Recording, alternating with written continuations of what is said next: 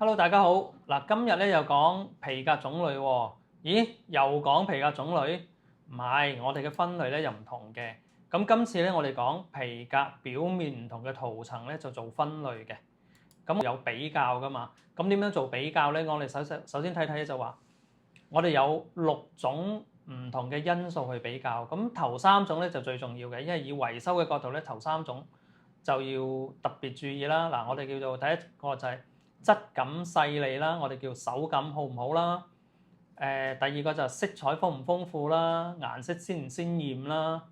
第3個就係自然嘅紋理係睇得清唔清楚啊，定係 artificial 人工化嘅咧嗰啲紋理咁樣。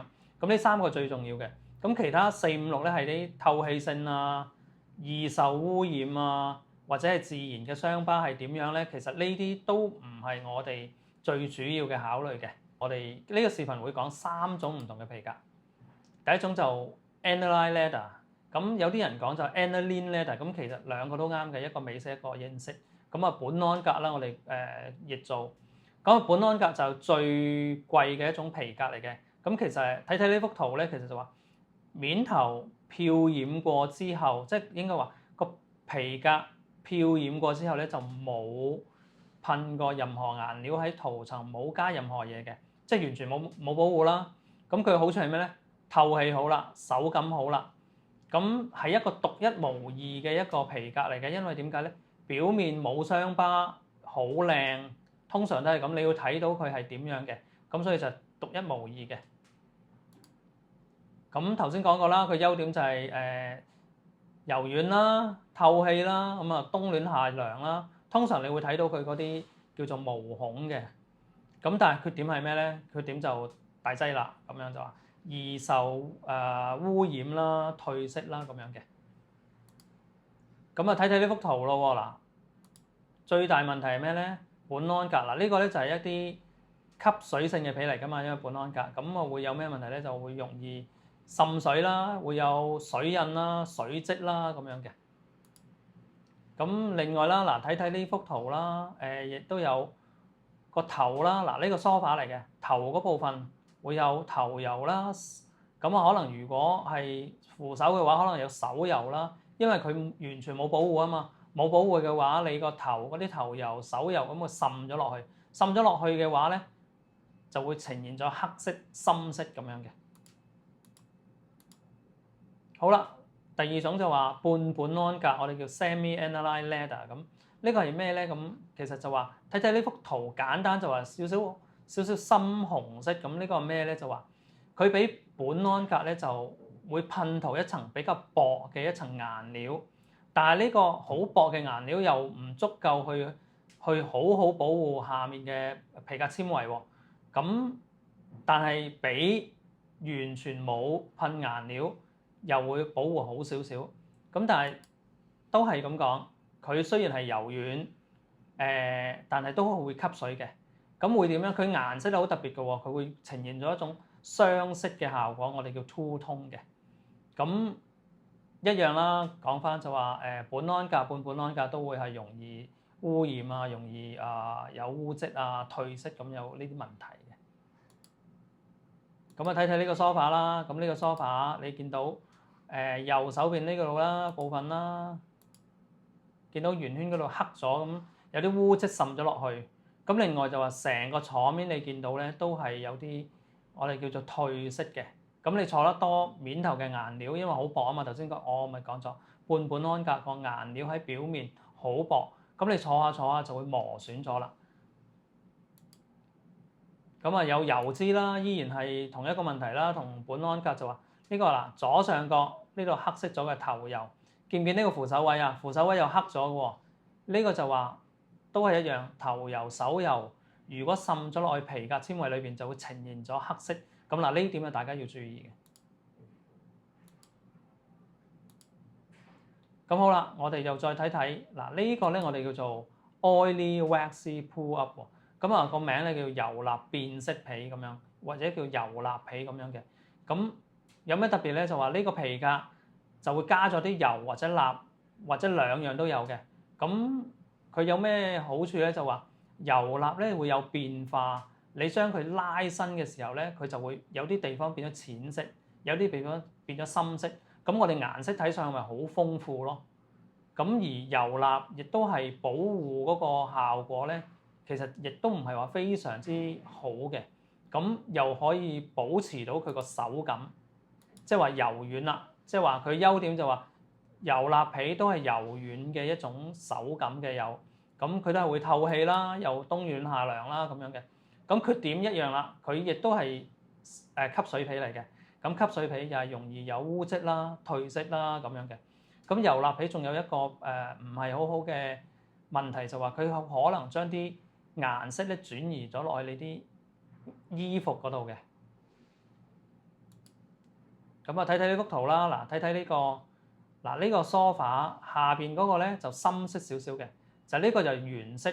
咁坐面咧就經過咗坐啦同埋陽光嘅問題咧，就褪色咗噶咯喎。咁呢啲就係油蠟皮嗰個問題嚟嘅，一樣係你吸水性嘅皮，其實對陽光對佢影響其實就比較大嘅。咁又睇睇呢幅圖啦，嗱，見唔見到呢個油蠟皮嘅污漬啦？滲咗落去啦，有啲污漬零舍滲咗落去一點黑色咗嘅。咁呢啲就係吸水性嘅皮革嘅問題嚟嘅，都係。咁呢個啦，又係油蠟皮啦，頭油啦，嗱，頭嗰部分啦。好，嗱，頭先咧就我哋講咗3種嘅唔同嘅皮革嘅一啲特性咧、優缺點啦。咁其實我哋仲有第4種嘅叫做 oily waxy pull-up，油蠟變色皮就加咗塗色喎，即係我哋英文叫做 finish 啦。咁 finish 要嚟做咩咧？就話要嚟保護啲皮革噶嘛，冇咁容易甩色。咁因為頭先都講過啦，就話變色皮、油蠟皮咧就會容易甩色嘅。咁為咗令到佢冇咁容易甩色咧，就我哋可以噴一層嘅 finish 洗面，就去保護佢，令到佢冇咁容易甩色。咁但係就話因為呢一層嘅 finish 其實都係好薄嘅，咁所以就話依然會甩色，但係就話冇咁容易甩色而已。咁所以就話呢4種頭先講嘅4種 aniline leather、semi-aniline leather、waxy、oily pull-up 同埋 oily waxy pull-up with finish 咧，4種咧其實都係吸水性嘅皮革嚟嘅。OK， 大家睇睇我哋攞塊皮板咧，睇睇呢4種吸水性嘅皮革嗰個分別嘅。咁呢個係水嚟嘅。咁啊，大家睇睇就話，呢個咧苯胺革啦，呢個苯胺革開始滲咯喎，因為佢表面咧完全冇塗層嘅，咁已經滲緊啦。咁呢個咧就半苯胺革呢個。咁半苯胺革因為佢面頭咧有一啲顏料喺面去保護佢嘛，咁所以佢嘅吸水性能咧就會慢少少。咁我哋睇咗第2個先，嗱，呢個咧就係 pull-up leather 油蠟皮。咁你睇下，你見唔見到？哇，好快咁就滲咗落去啦。咁啊，再睇睇呢個，呢個咧就係油蠟皮，但係咧就有 finish 洗面嘅。咁你見到咧，其實都開始滲㗎啦，有少少黑色嘅，大家可唔可以睇唔睇到咧？係啦，放大少少就睇到啦。咁已經係深緊色。咁啊，翻嚟呢個咧就半苯胺革。嗱，半苯胺革其實已經開始深㗎啦，有少少嘅其實係啦。咁呢個嗱，因為呢個咧就係叫苯胺革啦，咁容易就吸咗啲水啦。咁啊，基本上都好少成品，好少啲皮革製品咧就用苯胺革嘅。咁半苯胺革咧係因為佢有一個大家睇睇半苯胺革特點先，雙色嘅，有深淺色嘅。咁呢啲我哋叫顏色豐富啦。咁通常出現喺啲咩地方咧？就話貴嘅手袋啦，同埋貴嘅 sofa 咧，都係用半苯胺革嘅。咁而維修咧，其實大部分靚嘅手袋咧，都通常係半苯胺革。咁而雙色咧，就令到維修咧，其實增加咗個難度。咁呢個大家要注意嘅。咁啊，呢個油蠟皮啦，嗱，油蠟皮再睇遠少少啦，佢吸水能力好高啦。另外就話，大家見唔見到咧？油蠟皮深淺色，有啲地方譬如呢啲刮損咗淺色，其他地方有啲深色。咁其實係咩咧？就話，咁我哋捽下佢咧，就話，你見唔見到有啲變色啊？有深淺色出咗嚟啦。呢啲咧就係油蠟皮嘅特性嚟嘅。咁有啲人咧就好中意呢種感覺，變色革啦，我哋叫佢做。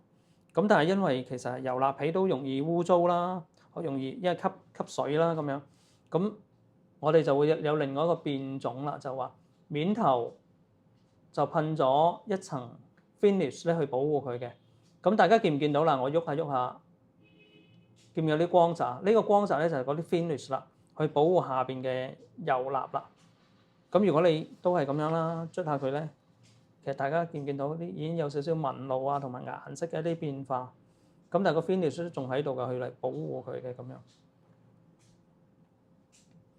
咁啊，呢堂咧就係最主要講呢4種唔同嘅皮革啦。咁遲啲我哋就會再去分析點樣去做一啲修補。